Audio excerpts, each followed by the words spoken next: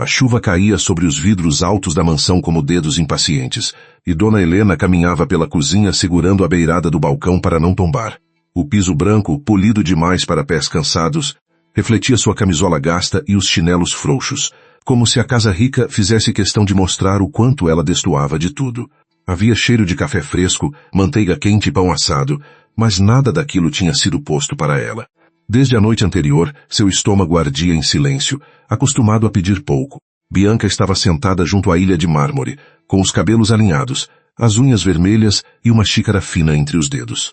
Ela ergueu os olhos apenas o suficiente para medir a velha com aquela calma cruel de quem já havia decidido que compaixão era uma fraqueza vulgar. Marcelo, do outro lado da cozinha, lia notícias no tablet, usando um hobby caro e expressão fechada. Quando percebeu a presença da mãe, não se assustou, não sorriu, não perguntou se ela dormira bem. Apenas franziu a testa, incomodado pela interrupção. Dona Helena respirou fundo antes de falar, porque até a própria voz parecia ter envelhecido mais depressa do que o corpo. Tinha febre baixa, as pernas inchadas e uma tontura que lhe roubava os contornos da manhã. Ainda assim, esforçou-se para manter algum resto de dignidade. Pediu apenas um pedaço de pão, talvez com um pouco de café, dizendo que precisava tomar o remédio. Não falou de fome como acusação. Falou como quem teme ocupar espaço demais, dentro de uma casa que um dia fora apresentada a ela como prova de gratidão. Bianca soltou uma risada curta, sem alegria, e pousou a xícara no pires com delicadeza calculada. Disse que Dona Helena havia comido sopa na noite anterior, embora soubesse que a tigela fora retirada quase cheia porque estava fria e salgada demais. Marcelo continuou olhando para a tela, mas suas sobrancelhas se moveram. A velha percebeu aquele gesto mínimo e sentiu, com uma tristeza conhecida, que ele não estava pensando nela, e sim no incômodo que ela poderia causar diante dos empregados, dos visitantes e dos parceiros de negócios. A mesa estava farta. Havia frutas cortadas, queijos, bolos pequenos e cestas de pães cobertas por panos claros. Para Dona Helena, aquela abundância tinha o brilho doloroso de uma vitrine diante de uma criança pobre. Ela lembrou, sem querer, das madrugadas em que deixava de comer para que Marcelo levasse merenda à escola. Lembrou das mãos jovens mergulhadas em água fria, lavando roupa alheia, enquanto prometia ao filho que ele nunca dependeria da piedade de ninguém. Agora era ela quem dependia, e ele parecia envergonhado não da crueldade, mas dela. Marcelo finalmente desligou o tablet e suspirou como um homem obrigado a resolver uma questão inferior. Disse que a mãe precisava respeitar os horários da casa e que aquela mania de aparecer sem avisar criava um ambiente pesado. Dona Helena olhou para o próprio filho, tentando encontrar no rosto dele algum vestígio do menino que corria para seus braços quando tinha medo de trovão. Encontrou apenas a pele bem cuidada, o relógio caro, o maxilar rígido e uma impaciência que feria mais do que qualquer palavra dita em voz alta. Clara, a empregada mais jovem, parou perto da pia com uma travessa nas mãos. Tinha ouvido tudo, mas fingia organizar pratos para não atrair a atenção de Bianca. Desde que entrara naquela casa, havia aprendido que ali as ordens eram dadas com sorriso e cumpridas com medo. Dona Helena era tratada como um móvel antigo, tolerado por obrigação, escondido quando havia visitas, lembrado apenas quando seus papéis precisavam de assinatura. Clara sentia vergonha de sua própria cautela, mas precisava do salário para sustentar a irmã e o sobrinho pequeno. Bianca pegou um pão pequeno da cesta, partiu ao meio e observou o miolo macio como se avaliasse uma moeda.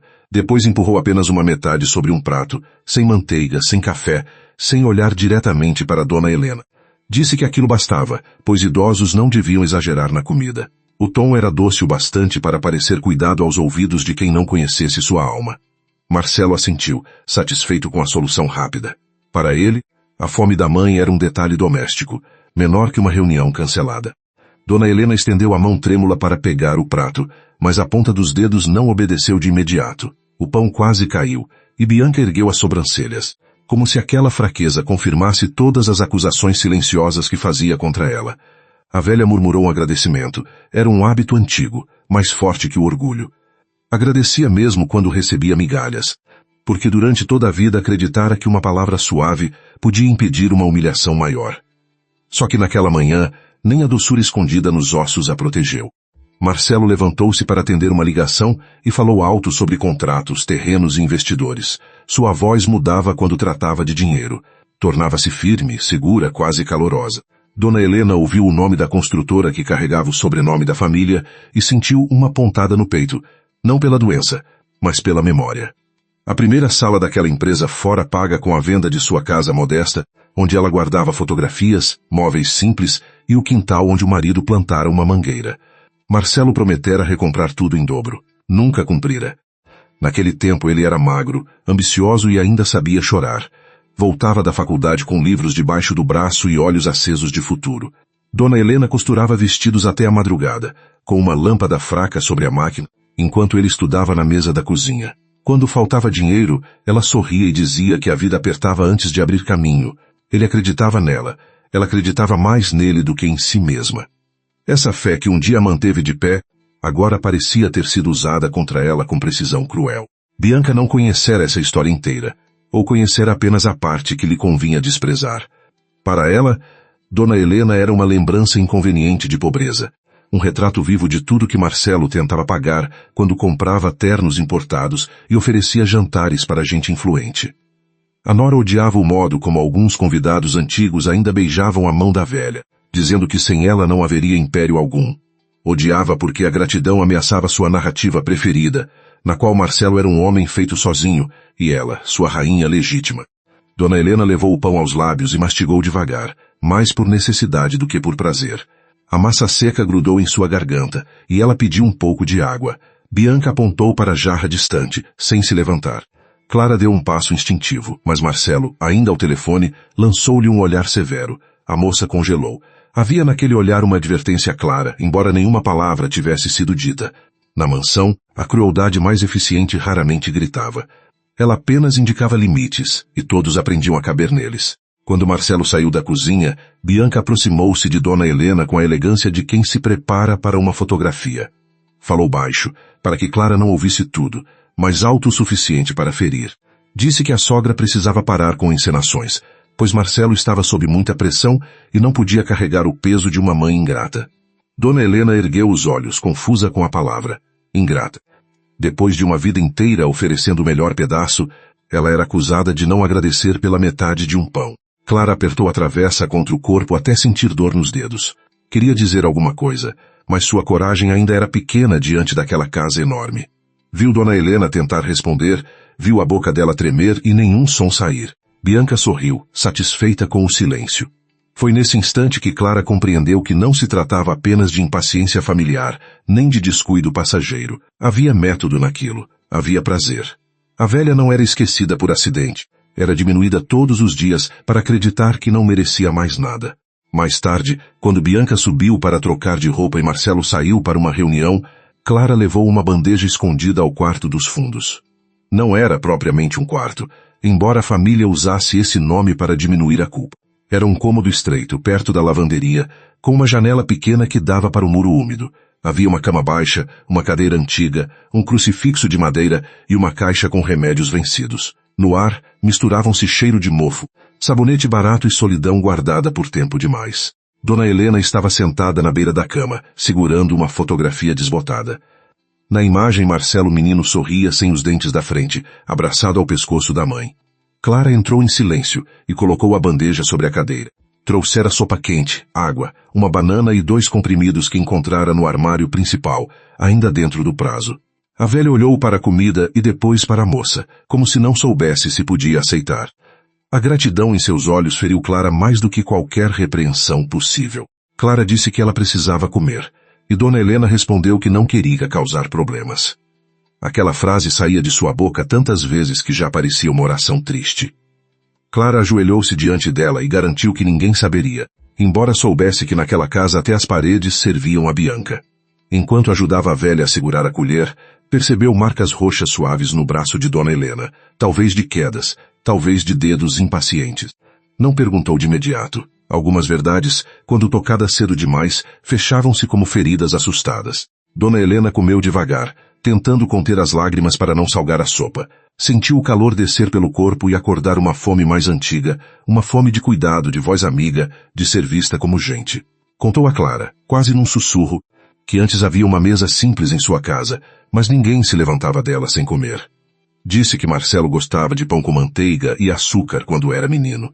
Riu de leve, e a risada quebrou-se no fim, porque recordar o amor de ontem tornava mais cruel a indiferença de hoje.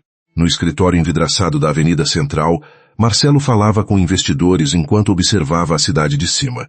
Sentia orgulho daquela altura, daquele poder, daquela distância entre seus sapatos brilhantes e o chão onde um dia sua mãe vendera doces para pagar suas apostilas.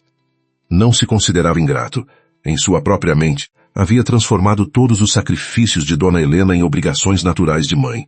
Pensava que dera a ela teto, médico quando necessário e o prestígio de morar em uma mansão. Amor, para ele, era uma conta já quitada. Bianca, por sua vez, escolhia joias diante do espelho do closet e pensava na festa que dariam no sábado. Viria gente importante, e a presença de Dona Helena precisava ser evitada. A velha tinha uma maneira humilde de sorrir que desorganizava a imagem perfeita da família. Pior ainda, às vezes dizia coisas simples sobre o passado, e Bianca temia que alguém ligasse aquelas memórias ao dinheiro inicial da empresa. Ela queria uma casa sem sombras, mas não percebia que sua própria ambição escurecia os corredores mais do que qualquer lembrança. No fim da tarde, a chuva engrossou, e Dona Helena começou a sentir frio apesar do cobertor. Clara voltou ao quarto e encontrou a bandeja vazia, o que lhe trouxe alívio por um instante. Depois viu o tremor nos lábios da velha, a pele úmida de suor e a respiração curta. Procurou o aparelho de pressão, mas ele não estava na caixa. Procurou os remédios regulares e achou apenas cartelas incompletas, algumas vencidas, outras sem identificação. Um medo concreto tomou forma dentro dela. Aquilo não era descuido, era abandono. Clara desceu correndo para perguntar a Bianca onde estavam os remédios novos. Encontrou a patroa no salão, organizando arranjos de flores com uma calma ofensiva. Bianca disse que Dona Helena dramatizava para chamar atenção e que médicos eram caros demais para caprichos de velha. Quando Clara insistiu, a nora virou-se devagar, os olhos frios como a prata dos castiçais. Lembrou-lhe que empregos bons eram raros e que uma acusação de furto poderia destruir qualquer recomendação futura. A ameaça foi dita com voz baixa, elegante, quase perfumada. Clara recuou, mas alguma coisa dentro dela já não voltaria ao lugar. O medo continuava ali, pesado, porém agora misturado a uma indignação que lhe aquecia o rosto. Lembrou da própria mãe, que morrera esperando atendimento em um hospital lotado, e do juramento silencioso que fizera diante do caixão simples. Não deixaria outra mulher frágil ser empurrada para a morte por conveniência alheia. Subiu novamente, fechou a porta do quarto de Dona Helena e pegou o celular com mãos tão trêmulas quanto as da velha. Ela ligou primeiro para uma clínica comunitária, que atendia moradores do bairro antigo onde crescera. O número ainda estava salvo porque uma vizinha trabalhava lá. Ao ouvir a descrição dos sintomas, a atendente passou a ligação para o Dr. Rafael, que tinha fama de não ignorar sofrimento, só porque ele vinha vestido de pobreza ou de silêncio. Clara falou baixo, olhando para o corredor a cada frase. Disse que a paciente era idosa, diabética, fraca, talvez sem alimentação adequada, talvez sem remédios. Não disse o nome da família até ser pressionada. Rafael escutou sem interromper. Estava acostumado a histórias de abandono disfarçadas de dificuldades, mas havia algo naquela ligação que lhe causou alerta imediato. A voz de Clara carregava medo, não confusão. Ele pediu o endereço, idade, medicamentos, sinais visíveis e perguntou se a idosa estava consciente. Quando ouviu o sobrenome de Marcelo, fez uma pausa breve. Conhecia a construtora pelos anúncios luminosos e pelas doações públicas a eventos de caridade. A ironia não o surpreendeu. Muitas vezes, as fachadas mais generosas escondiam portas trancadas por dentro. Enquanto Clara falava com o médico, Dona Helena abriu os olhos e tentou sorrir. Pediu que a moça não se arriscasse por ela.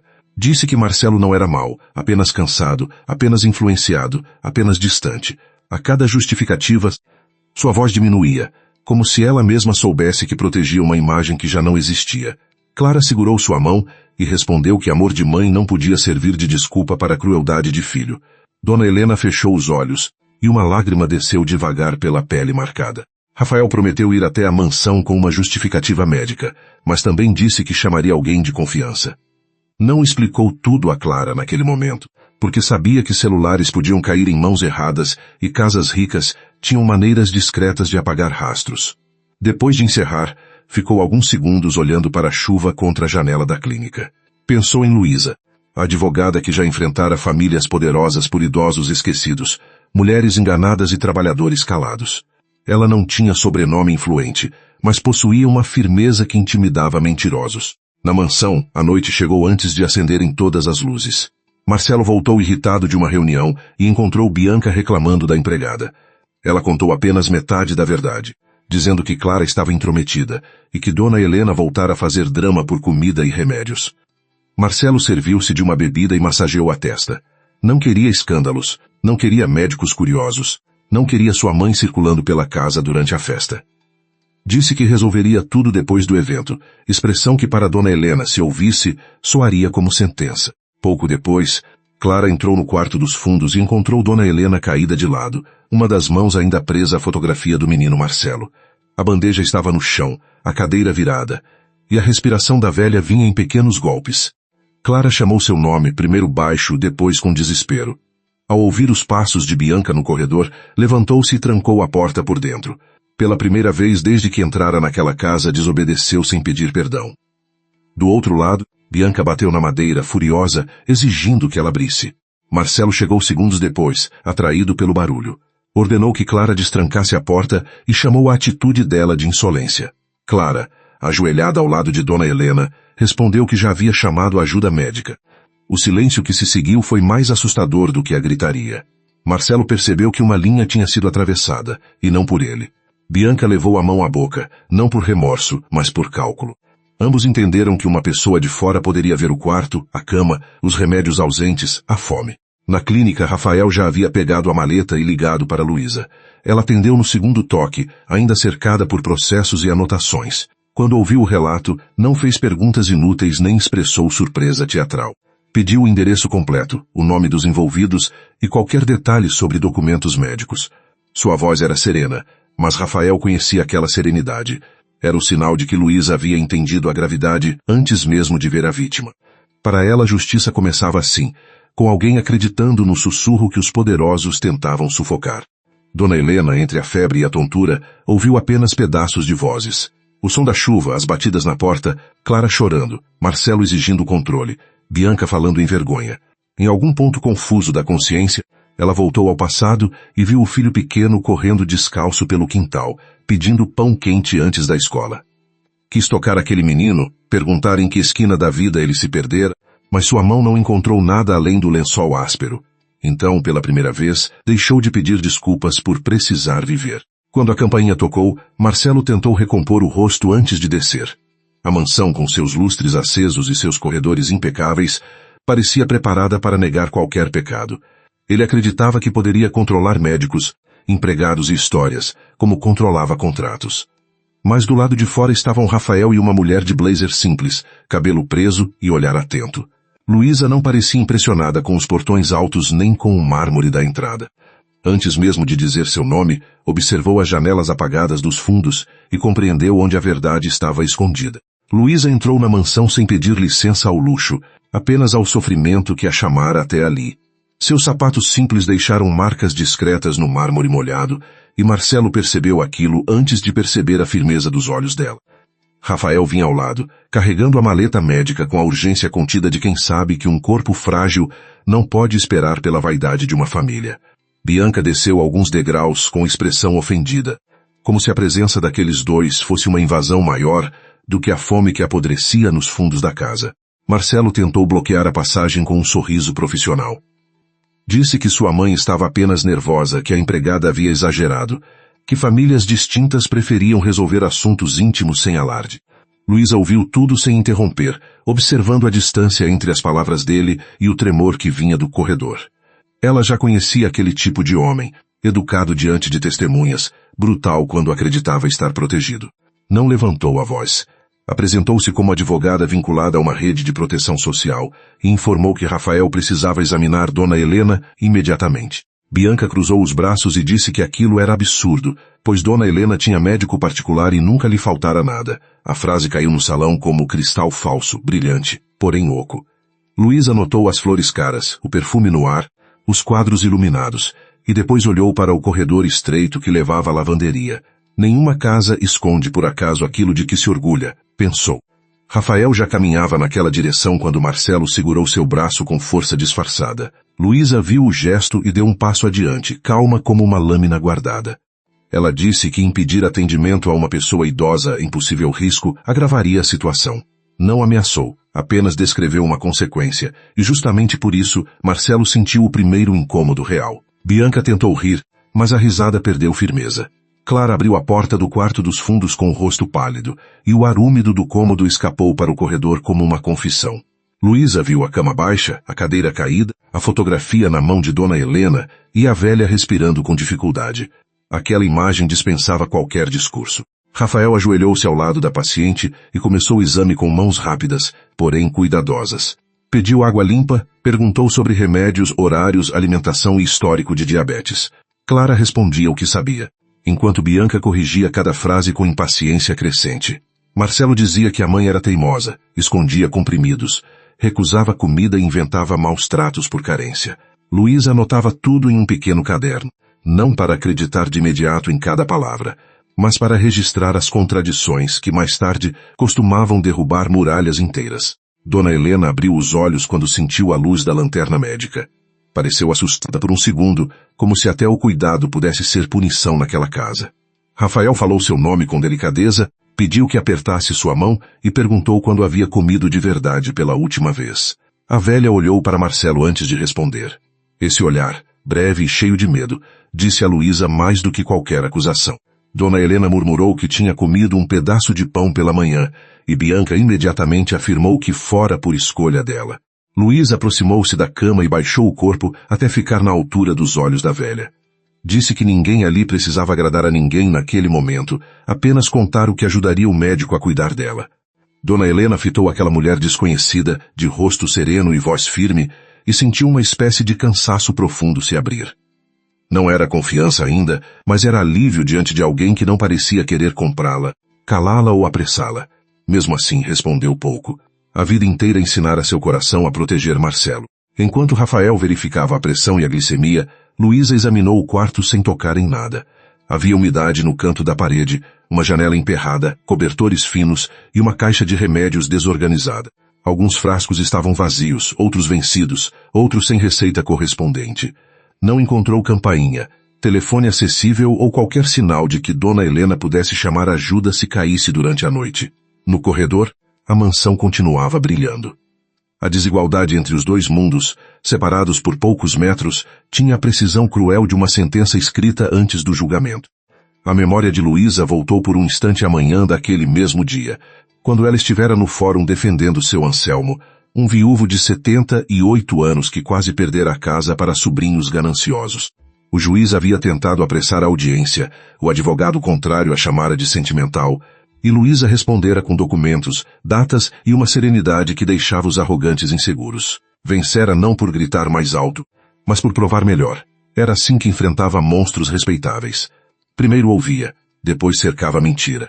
Essa disciplina vinha de longe. Luísa crescera em uma casa estreita, filha de uma costureira e de um pedreiro, que morreram cedo demais para vê-la formada.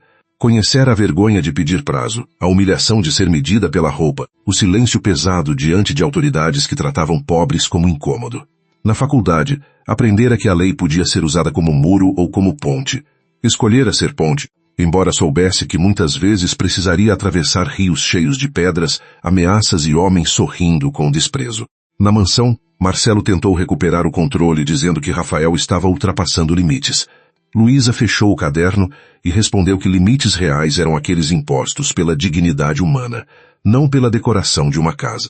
A frase foi dita sem teatralidade, mas atingiu Bianca como afronta pessoal.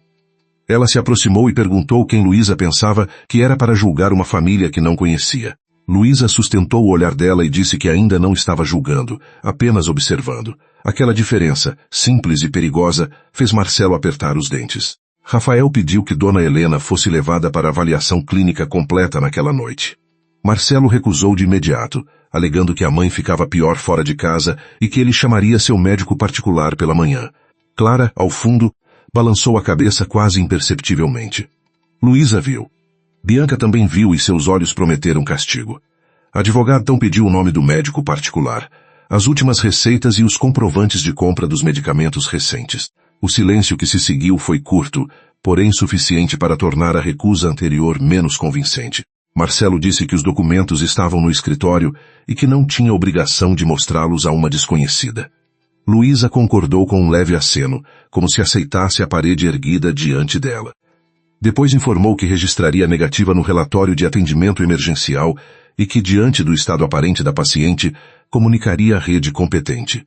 Não precisou dizer mais. Homens como Marcelo temiam menos a culpa do que o registro da culpa. Bianca percebeu isso e mudou de tom, oferecendo café, água, gentilezas tardias que ninguém aceitou. Dona Helena foi colocada sentada com a ajuda de Rafael e Clara. A velha pediu desculpas várias vezes pelo transtorno, e cada desculpa parecia envergonhar mais a casa do que seus donos. Luísa aproximou um copo de água de seus lábios e esperou sem pressa. Marcelo observava a cena com irritação, mas também com desconforto. Pois havia algo intolerável em ver uma estranha oferecer à sua mãe uma paciência que ele considerava desnecessária. Por um segundo, uma lembrança antiga quis tocá-lo. Ele a afastou como quem fecha uma janela. Rafael conseguiu estabilizar Dona Helena o suficiente para transportá-la, mas avisou que aquilo não encerrava o problema. A glicemia estava irregular, a pressão preocupava, e a fraqueza sugeria falhas graves de alimentação e medicação. Marcelo respondeu que pagaria o melhor hospital, desde que tudo fosse conduzido discretamente. Luísa percebeu a palavra escolhida. Não era cuidado que o movia, era discrição. Bianca pediu para subir e pegar uma bolsa para a sogra, mas Clara ofereceu-se primeiro. A nora recusou com um sorriso que escondia uma faca. Luísa pediu para acompanhar Clara, e Bianca tentou impedir, alegando privacidade. A advogada lembrou que os pertences necessários eram da paciente e que a própria Dona Helena poderia autorizar. A velha, ainda fraca, olhou para Clara e depois para Luísa. Pela primeira vez naquela noite, fez uma escolha pequena, quase inaudível, mas sua. Disse que Luísa podia ir. O rosto de Bianca endureceu. No quarto, Clara abriu uma gaveta e mostrou roupas limpas separadas escondidas no fundo, porque as melhores haviam sido retiradas do alcance da velha. Na gaveta de baixo, Luísa notou envelopes antigos amarrados com fita azul. Clara disse que nunca mexera, mas sabia que Dona Helena os guardava como se fossem parte do próprio corpo. Luísa não abriu nada. Apenas perguntou se Marcelo tinha acesso àquela gaveta. Clara respondeu que Bianca mandara trocar a fechadura do quarto meses antes, mas Dona Helena continuava com uma chave pequena presa no terço. A informação acendeu uma luz discreta na mente da advogada.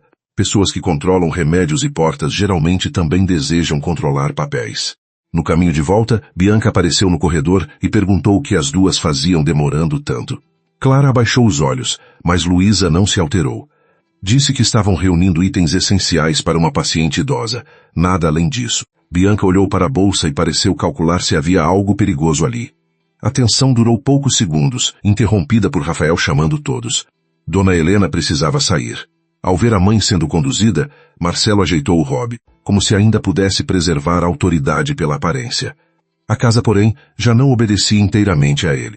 Na entrada a chuva havia diminuído, deixando o jardim com cheiro de terra molhada e folhas feridas. Dona Helena foi colocada no carro de Rafael, amparada por Clara. Antes de entrar, olhou para a fachada imensa da mansão e sentiu uma dor estranha, não de saudade, mas de reconhecimento. Aquela casa tinha colunas, luzes, cortinas caras e nenhum abrigo verdadeiro para ela. Marcelo aproximou-se e disse que tudo ficaria bem se ela parasse de criar confusão. Dona Helena não respondeu. O silêncio dela pela primeira vez não foi submissão. Luísa permaneceu diante de Marcelo enquanto Rafael ajustava a paciente. A advogada informou que no dia seguinte retornaria para conversar formalmente com a família, revisar as condições de cuidado e ouvir Dona Helena em ambiente seguro. Marcelo riu de lado e disse que ela estava comprando uma briga grande demais para seu tamanho. Era a frase que muitos homens diziam quando confundiam discrição com fraqueza. Luísa guardou o caderno na bolsa e respondeu que tamanho nunca fora boa medida para a verdade. Depois entrou no carro sem olhar para trás. Durante o trajeto, Dona Helena adormeceu entre pequenos sobressaltos. Clara segurava sua mão, ainda tremendo, temendo o emprego perdido, a acusação prometida, o futuro incerto. Luísa, sentada à frente, olhava a cidade pela janela e organizava mentalmente os primeiros passos. Precisava de relatório médico, fotografias do quarto, depoimento da empregada, histórico de receitas, avaliação psicológica e, sobretudo, tempo para que Dona Helena entendesse que falar não era trair o filho. Em casos assim, a primeira prisão raramente era a porta trancada, era a culpa. No posto clínico parceiro de Rafael, Dona Helena recebeu atendimento sem ostentação, mas com humanidade. Uma enfermeira aqueceu um cobertor, outra trouxe sopa leve, e ninguém a chamou de incômodo. Ela estranhou tanta delicadeza a ponto de perguntar se aquilo custaria caro. Rafael respondeu que o que custava caro era deixar uma vida se apagar por negligência. A velha baixou os olhos. Luísa percebeu o esforço dela para não chorar diante de estranhos. Aproximou-se apenas o bastante para que sua presença fosse apoio, não invasão. Mais tarde, quando Dona Helena já descansava em observação, Clara contou tudo o que conseguia. Falou das refeições reduzidas, dos remédios esquecidos, das humilhações, das ordens para manter a velha longe das visitas. Às vezes parava, com medo de parecer mentirosa ou ingrata. Luísa orientava com perguntas simples, sem empurrá-la além do que podia suportar. Cada detalhe formava uma linha, cada linha, uma rede. Marcelo acreditava que sua riqueza apagava rastros, mas a arrogância costuma ser descuidada. Deixa marcas justamente onde pensa que ninguém olha. Na manhã seguinte, Luísa voltou à mansão usando o mesmo blazer simples e levando uma pasta organizada. Bianca recebeu-a no salão com maquiagem impecável e uma gentileza afiada. Disse que Dona Helena sempre fora difícil, que confundia datas, perdia objetos e tinha ciúme da vida social do filho. Marcelo apareceu depois, já vestido para o trabalho, cercado por pressa e irritação. Ele não esperava que aquela mulher retornasse tão cedo. Esperava intimidação, talvez silêncio, talvez um pedido de desculpas. Luísa trouxe perguntas. Isso o ofendeu mais que uma acusação. Ela solicitou a rotina alimentar, os contatos médicos, as receitas dos últimos 6 meses e autorização para avaliar o quarto onde Dona Helena permanecia. Marcelo recusou parte, concedeu outra parte e tentou conduzir a conversa para uma narrativa conveniente. Disse que a mãe se isolava por vontade própria, que rejeitava cuidadoras, que Clara era emocionalmente instável. Bianca acrescentou que a empregada talvez estivesse interessada em algum benefício. Luísa anotou os ataques sem defendê-la de imediato. Quando uma mentira se preocupa demais em destruir testemunhas, costuma revelar onde está com medo. Ao retornar ao quarto dos fundos, Luísa encontrou a cama arrumada de maneira apressada.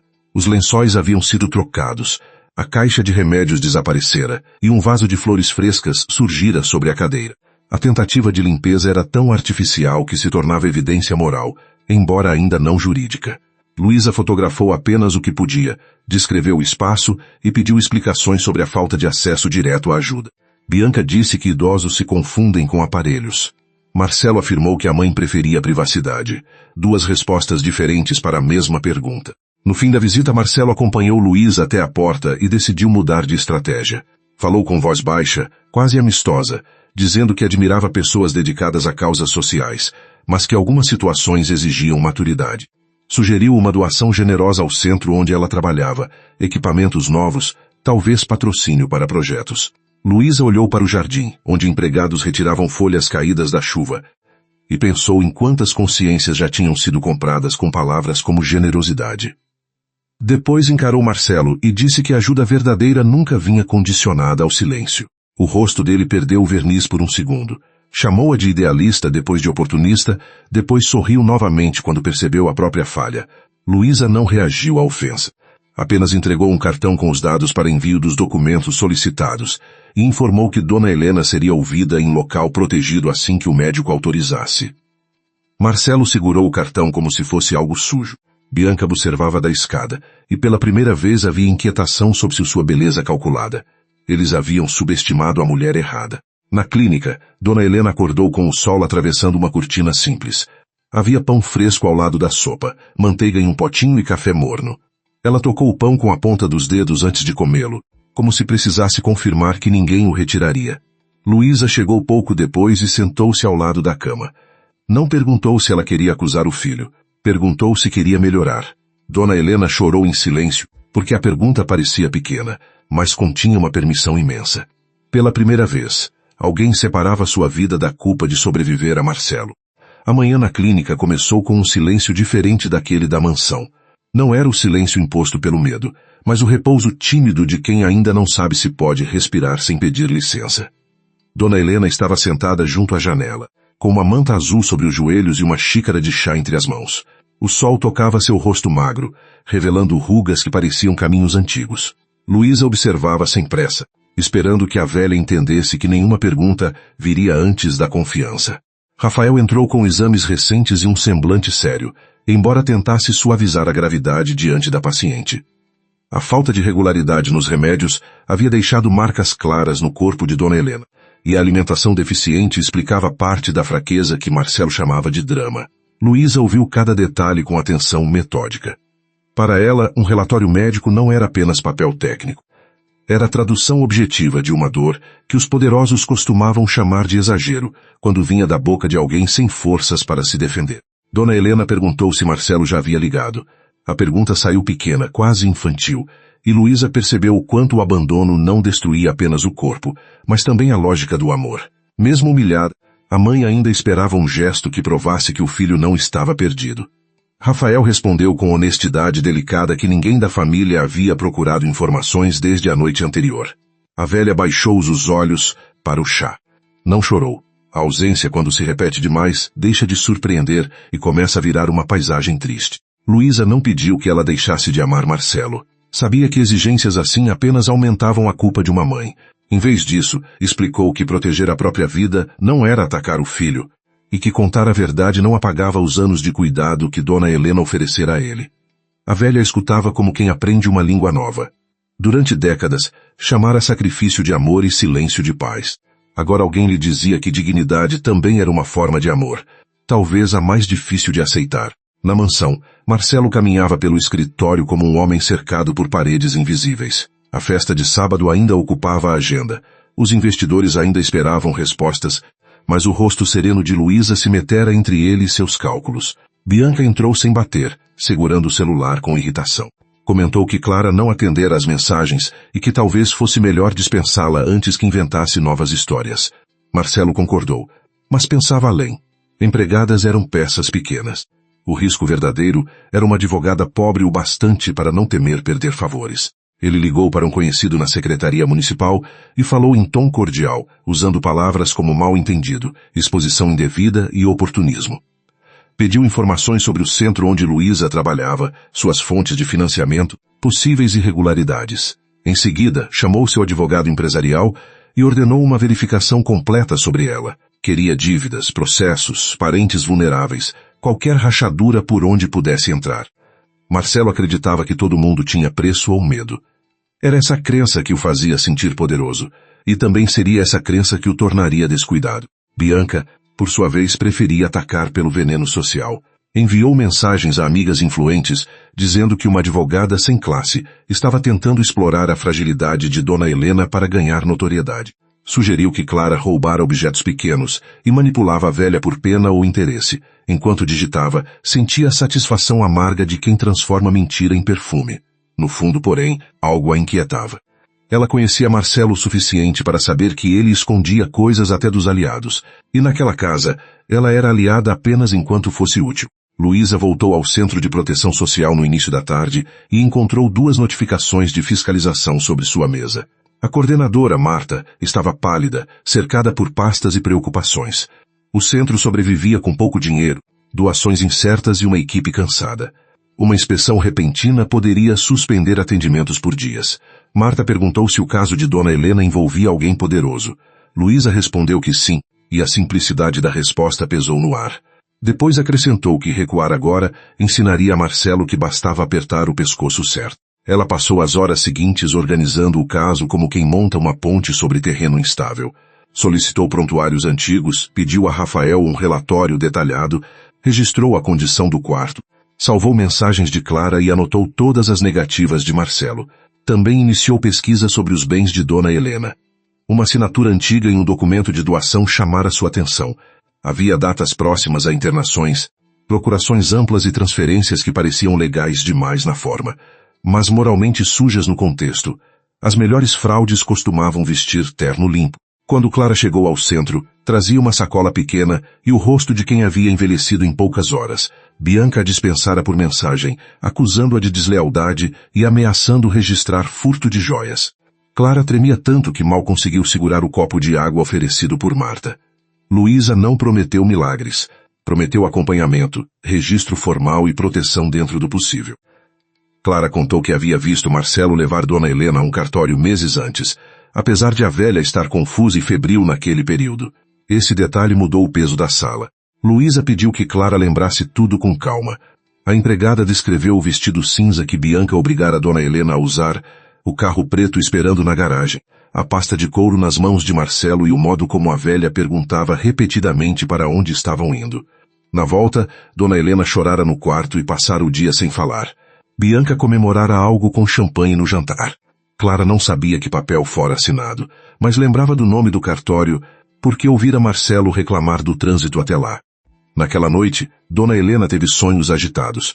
Via a antiga casa com a mangueira no quintal, via Marcelo menino escondendo moedas em uma lata, via o marido falecido dizendo que filho também precisava aprender limite.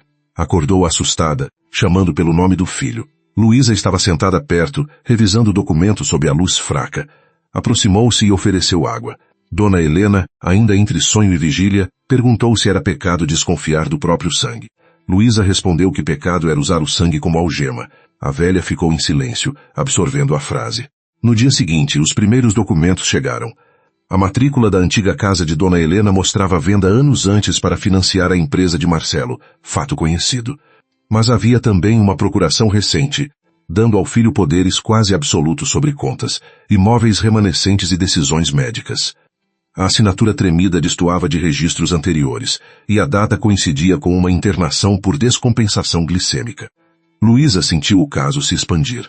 A fome na cozinha era apenas a parte visível de uma violência maior, uma engenharia de apagamento construída com carimbos. Ela visitou o cartório acompanhada de uma assistente do centro, mantendo postura cordial. O tabelião, Sr. Álvaro, recebeu-a com um sorriso estreito e olhos desconfiados. Disse que todos os atos haviam seguido a formalidade exigida, que Dona Helena parecera consciente e que Marcelo era um filho exemplar, sempre preocupado com a mãe. Luísa percebeu o excesso de defesa antes mesmo das perguntas difíceis. Pediu cópias, registros de presença, identificação de testemunhas. Álvaro hesitou apenas meio segundo, mas bastou. Pessoas acostumadas a favores esquecem que a hesitação também fala. Enquanto isso, Marcelo intensificava a pressão. Um blog local publicou-te insinuando que Luísa usava idosos frágeis para atacar famílias respeitáveis. Pouco depois, um carro desconhecido passou 2 vezes diante do centro. Marta quis chamar a polícia, mas Luísa pediu primeiro que registrassem placas, horários e câmeras próximas. Não era coragem cega, era método. Ela sabia que Marcelo esperava descontrole. Uma resposta emocional que pudesse ser usada contra ela. Em vez disso, cada ameaça virava mais uma peça no mapa da arrogância dele. Dona Helena começou a falar aos poucos. Contou que Marcelo lhe trouxera papéis dizendo que eram autorizações para facilitar consultas e pagamentos. Bianca ficara ao lado, segurando sua bolsa e repetindo que uma mãe boa não atrapalhava o filho. Dona Helena lembrava de uma sala fria, de uma caneta pesada, de letras embaralhadas. Perguntara se poderia ler depois, mas Marcelo beijara sua testa e dissera que não precisava desconfiar dele. Ao repetir essa lembrança, a velha levou a mão ao peito, como se a confiança traída ainda doce fisicamente. Luísa perguntou se ela queria parar. Dona Helena negou com um movimento frágil. Disse que durante muito tempo confundira bondade com permitir tudo, mas agora entendia que Marcelo não precisava apenas de perdão, precisava enfrentar a verdade. A frase saiu com dificuldade, porém carregava uma força nova.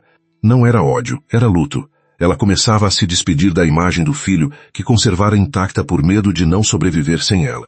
Luísa reconheceu aquele momento e não o apressou. Algumas libertações caminham devagar para não quebrar a alma. Na mansão, Bianca abriu um cofre que Marcelo julgava discreto e encontrou cópias de contratos que nunca vira. Havia empresas associadas, pagamentos estranhos e uma conta em nome de uma administradora desconhecida. Ela não compreendeu todos os detalhes, mas percebeu que Marcelo protegera bem sem incluí-la. A raiva que sentiu foi diferente daquela que dirigia a Dona Helena.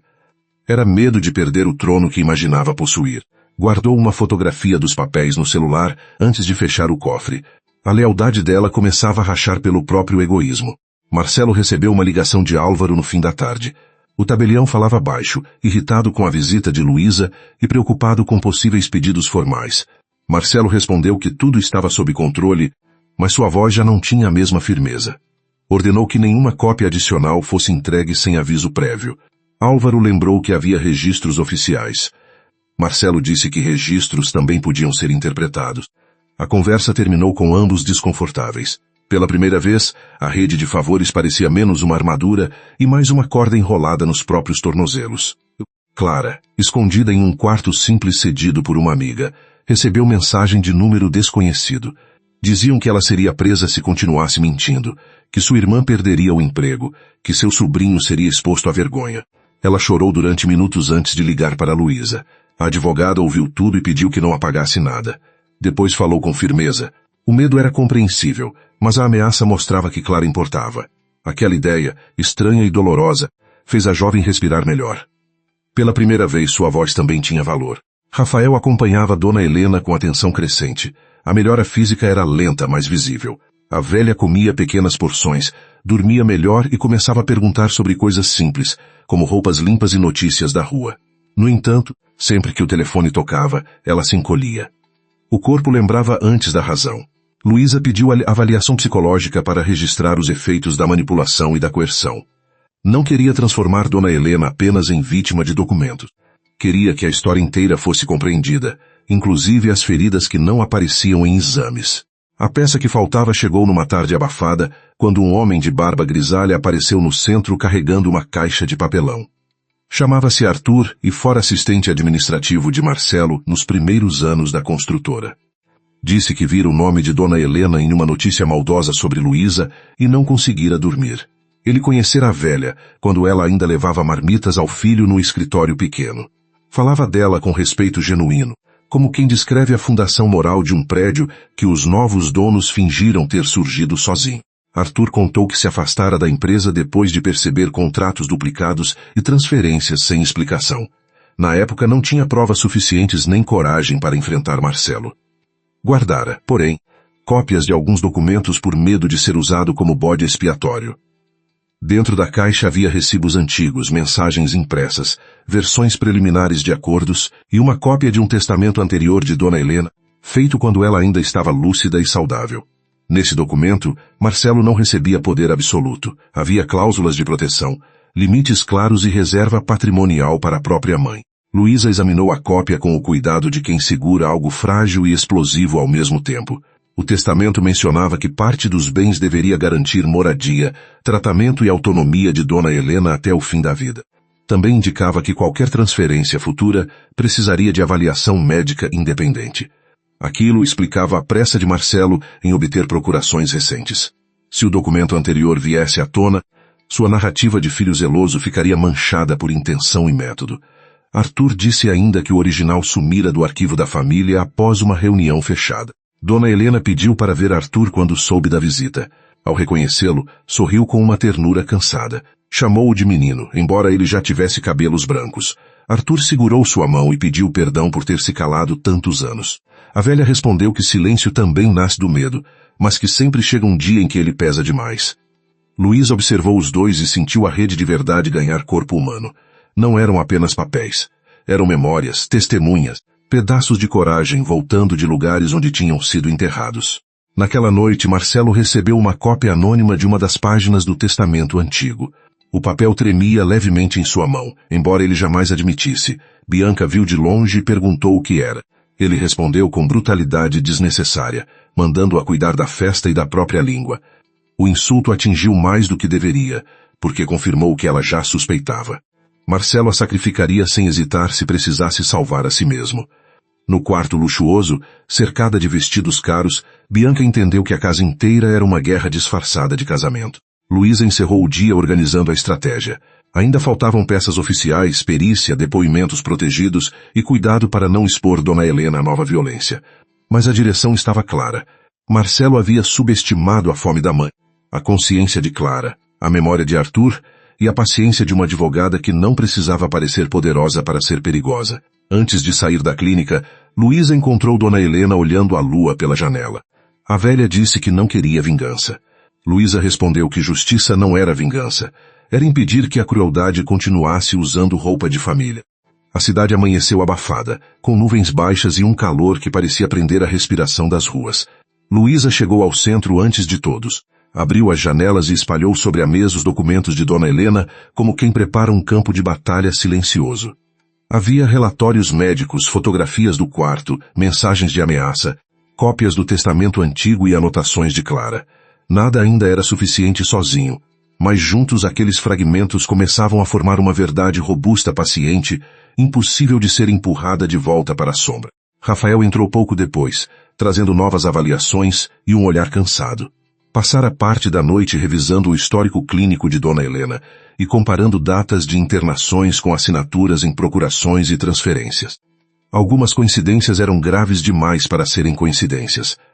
Havia documentos assinados em semanas de confusão metabólica, falhas de medicação justamente antes de decisões patrimoniais importantes e consultas canceladas sem explicação.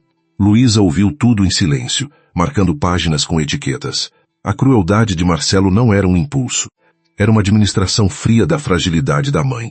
Clara chegou com os olhos vermelhos, mas a postura um pouco mais firme. Trazia um pendrive escondido dentro de um estojo velho de maquiagem. Disse que antes de ser expulsa conseguira copiar trechos das câmeras internas da cozinha, porque Bianca costumava pedir que ela apagasse imagens quando Dona Helena aparecia diante de visitas. Clara não sabia se havia feito corretamente, mas salvara o que pôde. Luísa segurou o objeto como se fosse delicado. Às vezes, a coragem vinha em gestos pequenos, tremendo dentro de mãos sem proteção. As imagens foram abertas no computador antigo do centro. A tela mostrou Dona Helena entrando na cozinha em diferentes dias, sempre devagar, sempre esperando permissão para tocar em alimentos visíveis diante dela. Em uma gravação, Bianca retirava o prato da mesa antes que a velha terminasse. Em outra, Marcelo passava por ela sem parar enquanto Dona Helena se apoiava na parede. Nenhuma cena era escandalosa por gritos ou agressões explícitas. A violência ali era mais difícil e mais forte, feita de repetição, desprezo e negação calculada do necessário. Luísa pediu que Clara respirasse antes de continuar. A jovem tremia ao ver novamente aquilo que havia presenciado sem conseguir impedir. Rafael, ao lado, fechou a mão sobre a mesa, contendo a indignação para transformá-la em ação útil. O vídeo mais importante mostrava Bianca partindo um pão, oferecendo apenas metade e sorrindo quando Dona Helena agradecia. O gesto parecia simples, mas dentro do conjunto revelava a humilhação diária. Luísa sabia que um juiz poderia não entender de imediato a fome moral daquela cena. Por isso precisariam cercá-la com contexto.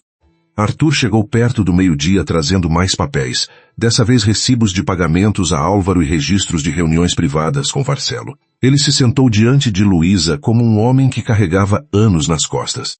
Confessou que havia participado de algumas operações sem compreender o alcance inteiro, assinando atas e preparando arquivos que depois sumiam do sistema. Quando percebeu que Dona Helena estava sendo usada, já estava afastado e com medo. Luísa não o absolveu com palavras fáceis, apenas disse que a verdade tardia ainda podia impedir danos maiores. Na clínica, Dona Helena melhorava lentamente, mas sua alma parecia caminhar por terreno irregular. Em certos momentos, aceitava falar com firmeza sobre o que vivera. Em outros, perguntava se Marcelo poderia ser preso e estremecia como se a própria pergunta a tornasse monstruosa. A psicóloga chamada por Luísa explicou que vínculos de abuso familiar costumavam misturar amor, culpa e medo de modo cruel. Dona Helena ouviu sem entender todos os termos, mas entendeu o essencial. Talvez ainda amasse o filho, mas já não precisava morrer para provar esse amor. Marcelo, enquanto isso, reunia sua própria defesa em um escritório com vista para a cidade. O advogado criminalista contratado, Dr. Vasconcelos, era conhecido por transformar vítimas em suspeitas e suspeitos em homens injustiçados pela inveja pública. Marcelo exigiu uma estratégia agressiva. Queria processar Clara, desqualificar Rafael, desacreditar Luísa e convencer Dona Helena a voltar para casa antes que falasse demais. Vasconcelos ouviu com atenção profissional, mas percebeu a ansiedade do cliente. Homens culpados costumavam pedir ataque antes mesmo de perguntar quais provas existiam contra eles. Bianca entrou na sala durante a reunião sem ser convidada, e Marcelo a fulminou com o olhar. Ela fingiu não notar. Disse que a festa fora cancelada por prudência, pois boatos começavam a circular entre conhecidos. Marcelo explodiu, chamando-a de inútil, acusando-a de não controlar a própria casa. Vasconcelos observou a troca em silêncio, avaliando fissuras. Bianca devolveu a ofensa com um sorriso tenso, mas por dentro algo endureceu. Ela não se importava com Dona Helena, porém se importava profundamente com a possibilidade de ser descartada como cúmplice conveniente. Quando Marcelo ficou sozinho, ligou para Álvaro e ordenou que destruísse qualquer rastro de irregularidade. O tabelião recusou de início, alegando que havia registros digitais, protocolos e funcionários. Marcelo lembrou favores antigos, pagamentos, viagens e uma dívida de campanha de um parente. A conversa desceu de cordialidade para ameaça com rapidez. Sem saber, Ele falava em um telefone que Arthur ajudara Luísa a monitorar indiretamente por meio de registros de chamadas e horários. Não havia escuta ilegal, apenas paciência para seguir passos que arrogantes repetem sem perceber. Luísa decidiu pedir medidas protetivas e garantir que Dona Helena não fosse retirada da clínica por familiares sem avaliação independente. Também preparou comunicação formal ao Ministério Público e ao Conselho de Proteção ao Idoso. Cada documento precisava ser limpo, preciso, sem exageros. Ela sabia que a defesa de Marcelo tentaria pintar o caso como briga doméstica amplificada por sentimentalismo. Por isso, sua linguagem era firme e sóbria. Fome, isolamento, omissão de remédios, coerção patrimonial. Termos frios para uma dor quente, mas necessários diante de instituições que exigiam forma. Na tarde seguinte, Bianca apareceu sozinha na clínica usando óculos escuros e perfume caro. Pediu para ver Dona Helena, dizendo que queria se desculpar. A recepcionista avisou Luísa, que desceu sem pressa. Bianca removeu os óculos e mostrou olhos cansados, mas não arrependidos. Falou em tom baixo que Marcelo estava fora de controle, que talvez algumas coisas tivessem passado do limite. Luísa percebeu que ela não viera por consciência. Viera negociar sobrevivência. Ainda assim, rachaduras em alianças corruptas podiam revelar corredores úteis para a verdade. Bianca insinuou que tinha informações sobre contas e contratos, mas queria garantia de proteção. Luísa respondeu que não vendia absolvição, muito menos antes de ouvir uma confissão completa. A nora sorriu com desprezo, dizendo que Luísa era rígida demais para vencer gente como Marcelo. A advogada respondeu que rigidez era diferente de integridade, e que Bianca talvez ainda não soubesse distinguir porque vivera tempo demais confundindo luxo com segurança. A frase atingiu o alvo. Bianca recolocou os óculos e saiu, mas deixou no balcão um envelope fino. Dentro havia fotografias de papéis retirados do cofre de Marcelo. As imagens mostravam uma empresa administradora usada para receber valores de imóveis vinculados originalmente a Dona Helena. Havia datas, assinaturas e nomes que conectavam Marcelo a uma rede de ocultação patrimonial. Luísa não celebrou. Informações vindas de alguém como Bianca precisavam ser verificadas antes de servir como prova, mas o caminho estava aberto. Rafael, ao ver as cópias, perguntou se aquilo bastaria. Luísa disse que não bastava, mas mudava o mapa. Agora sabiam onde procurar com precisão. A resposta de Marcelo veio naquela mesma noite. Um oficial apareceu no centro com notificação de processo por difamação contra Clara e pedido de investigação sobre suposto sequestro moral de Dona Helena. O documento acusava Luísa de manipular uma idosa vulnerável para obter ganhos políticos. Marta empalideceu ao ler. Clara quase desabou.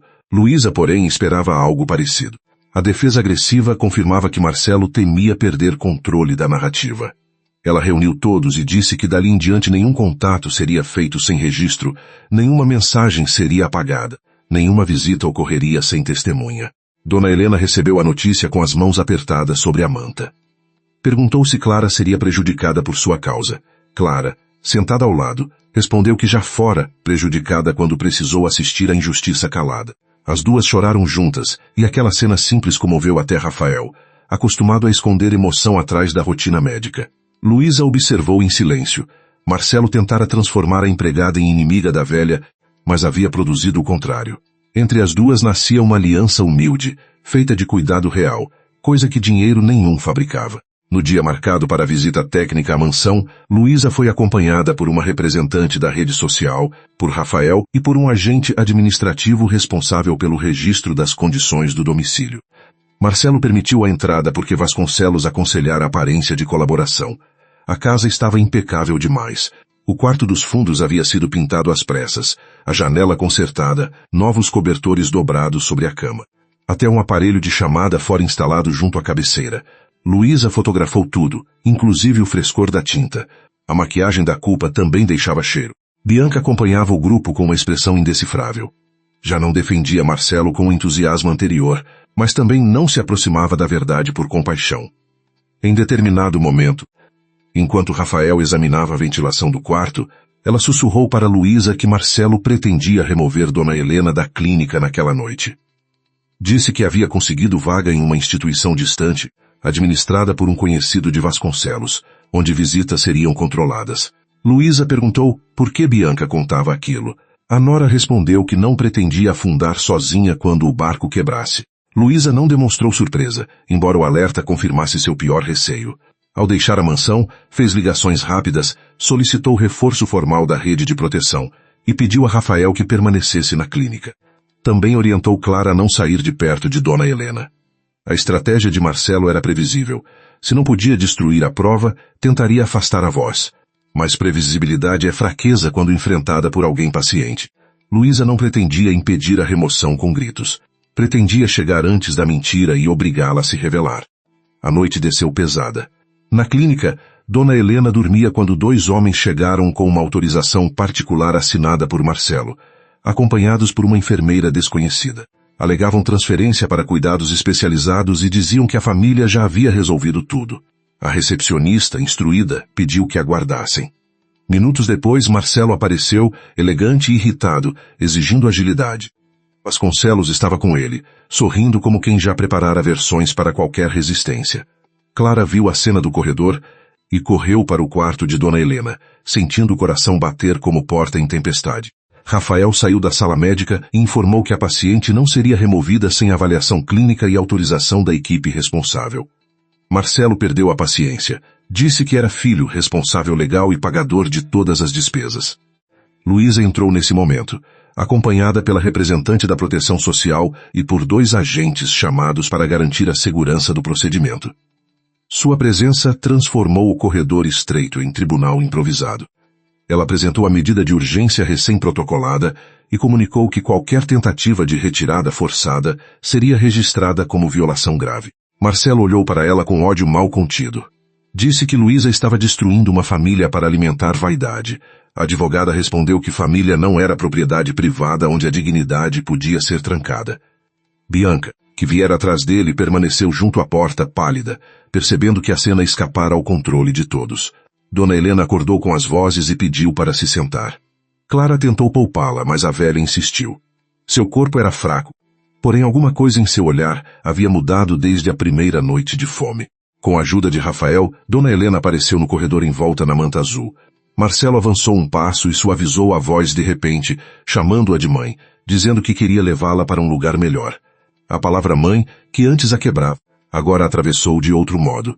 Ela viu diante de si não o menino da fotografia, mas o homem que usava aquela lembrança como chave falsa.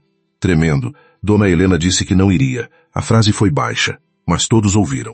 Marcelo empalideceu como se ela tivesse gritado. Ele tentou insistir falando de cuidados, despesas, ingratidão e vergonha pública. Dona Helena segurou a mão de Clara e respirou fundo. Disse que passara fome dentro da casa dele, que tivera medo de pedir água, que assinara papéis sem compreender porque confiava no próprio filho. Cada palavra parecia arrancada de uma ferida, mas saía inteira. Luísa não interrompeu. Rafael manteve-se perto. Bianca baixou os olhos, não por arrependimento puro, mas porque a verdade dita pela voz da vítima tinha um peso que nenhuma elegância conseguia dissolver. Vasconcelos tentou encerrar a fala, alegando fragilidade emocional da paciente. Luísa respondeu que justamente por isso havia equipe médica presente e registro formal.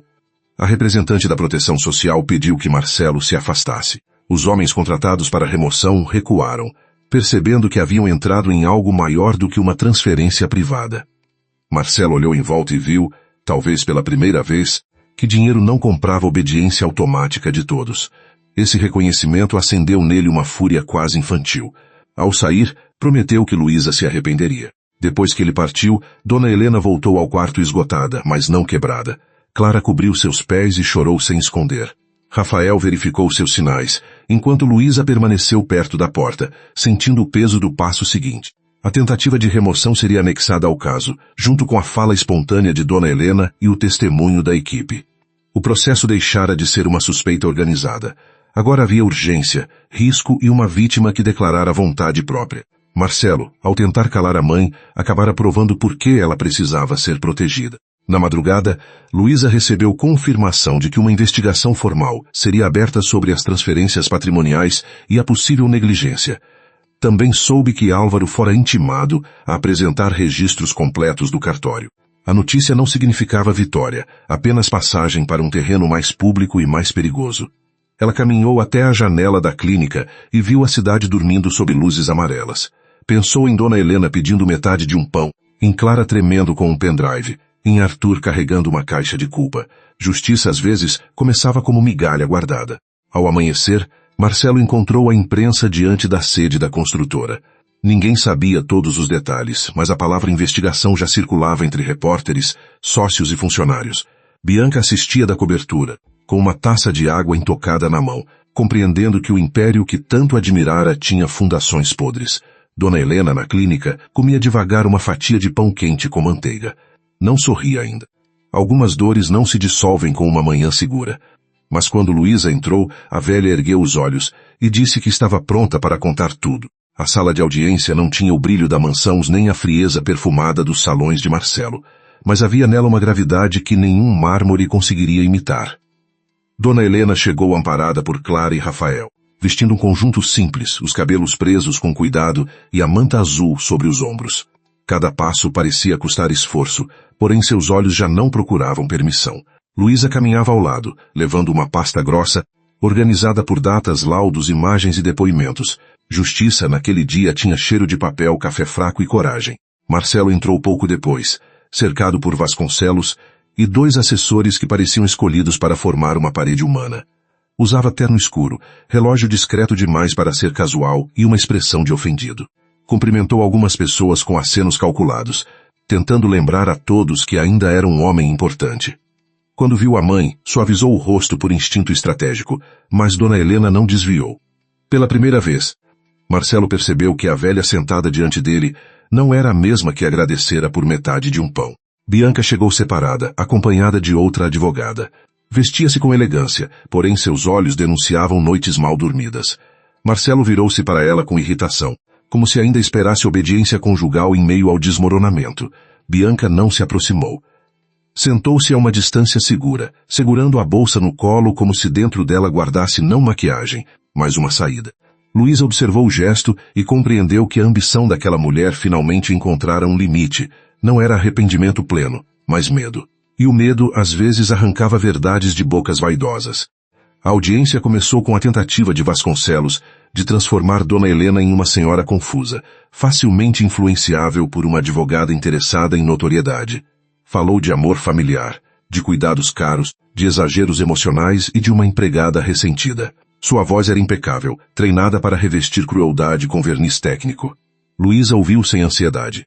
Sabia que interromper cedo demais seria dar ao adversário a cena que ele desejava.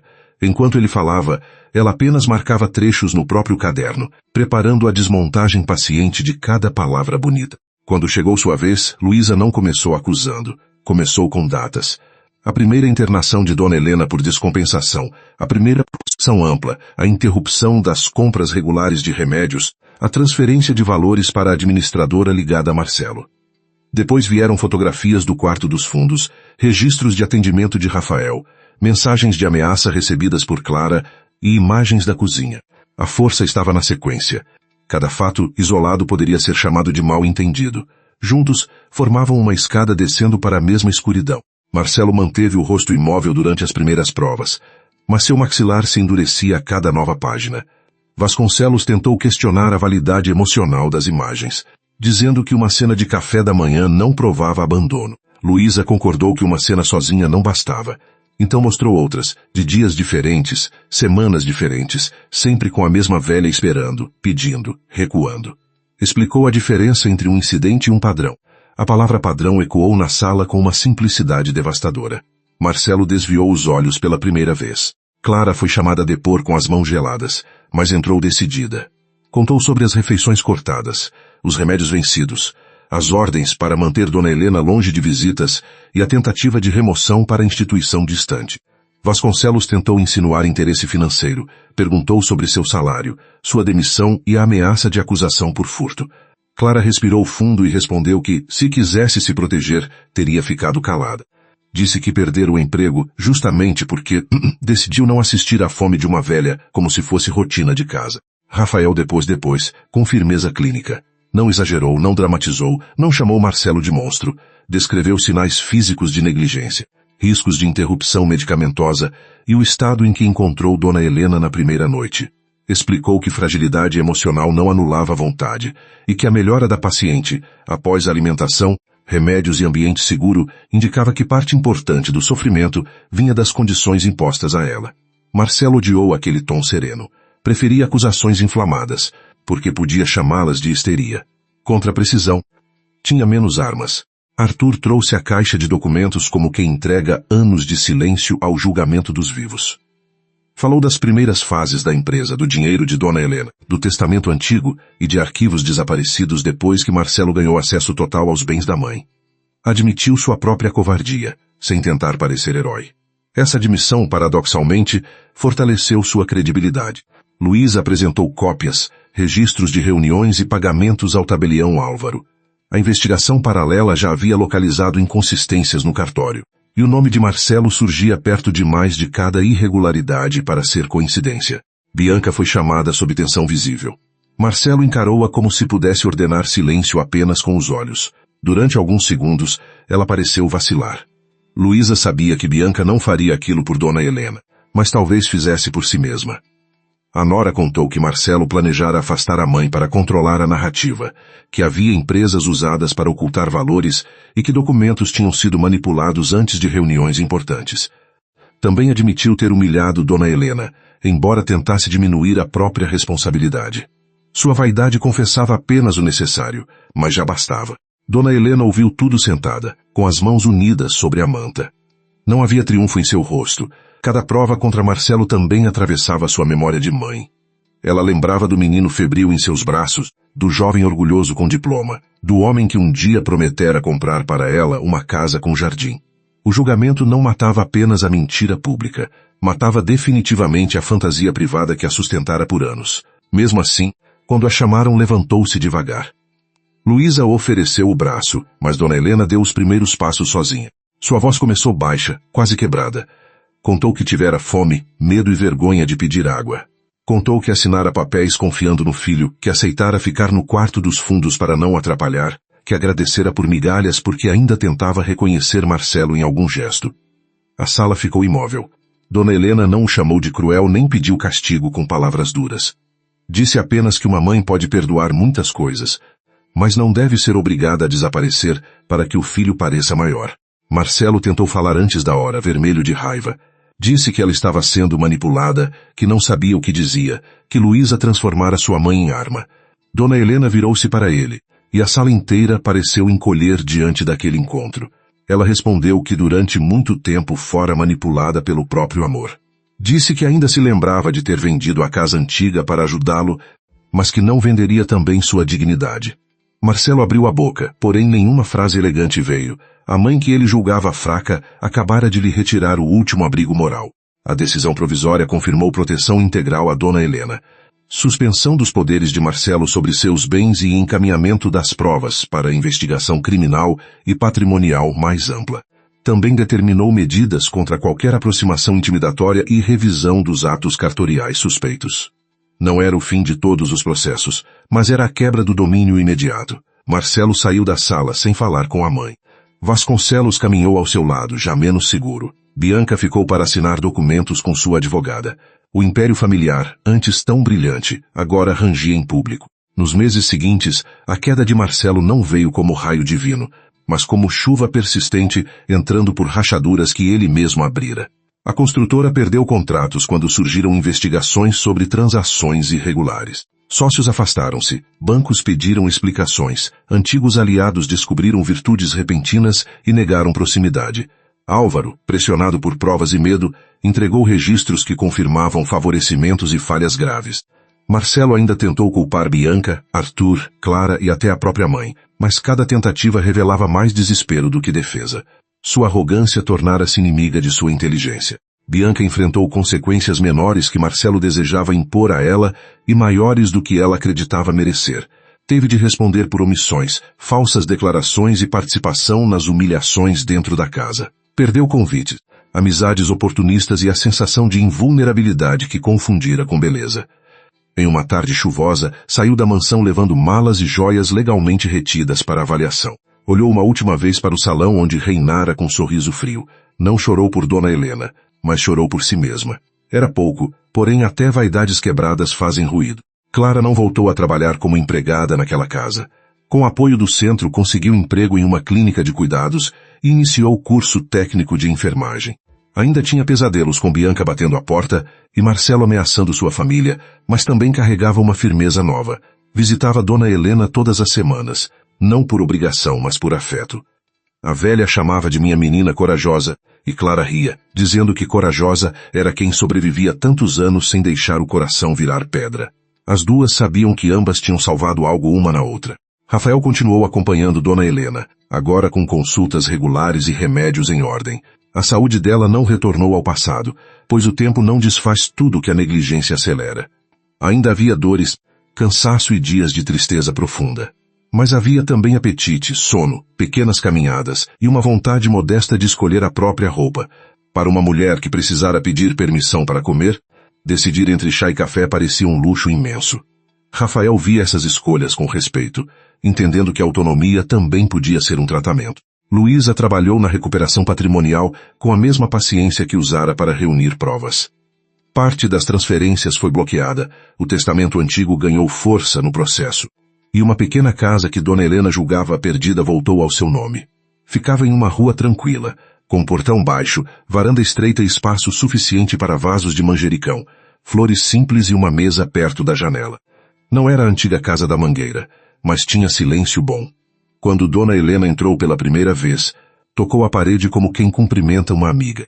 A mudança foi simples. Clara levou roupas dobradas, Rafael conferiu remédios, e Luísa apareceu com uma cesta de alimentos. Dona Helena insistiu em fazer café, mesmo que todos pedissem para ela descansar.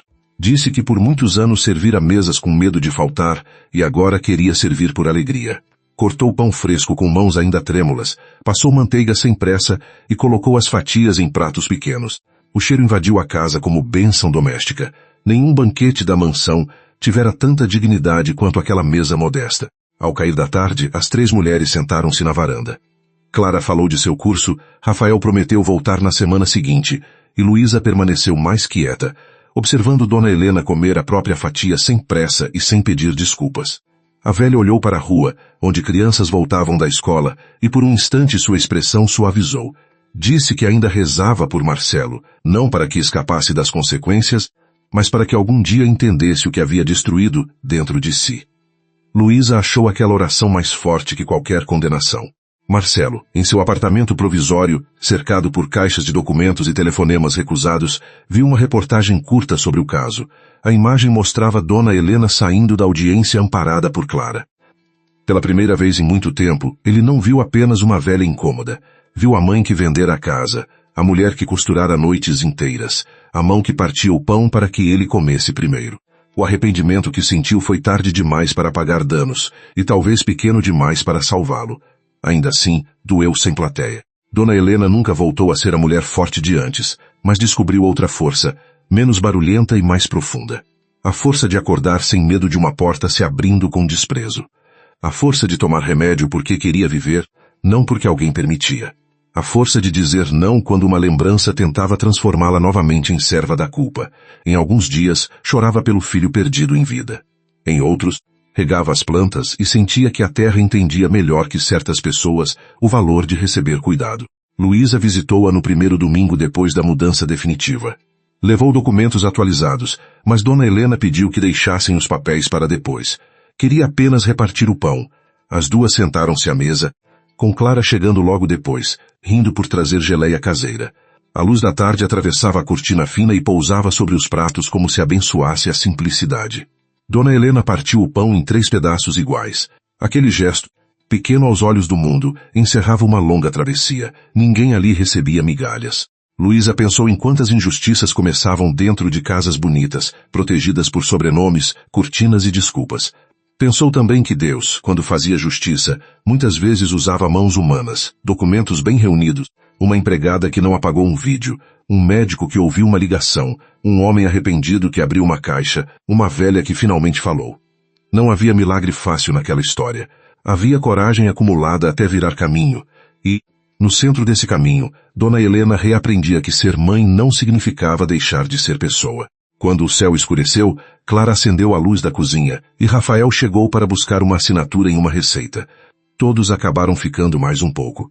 Dona Helena serviu café em xícaras diferentes, porque ainda não tinha conjunto completo, e riu disso com uma leveza que emocionou Luísa. A casa pequena parecia respirar com eles. Lá fora a noite vinha mansa. Dentro havia pão, remédio, conversa e respeito.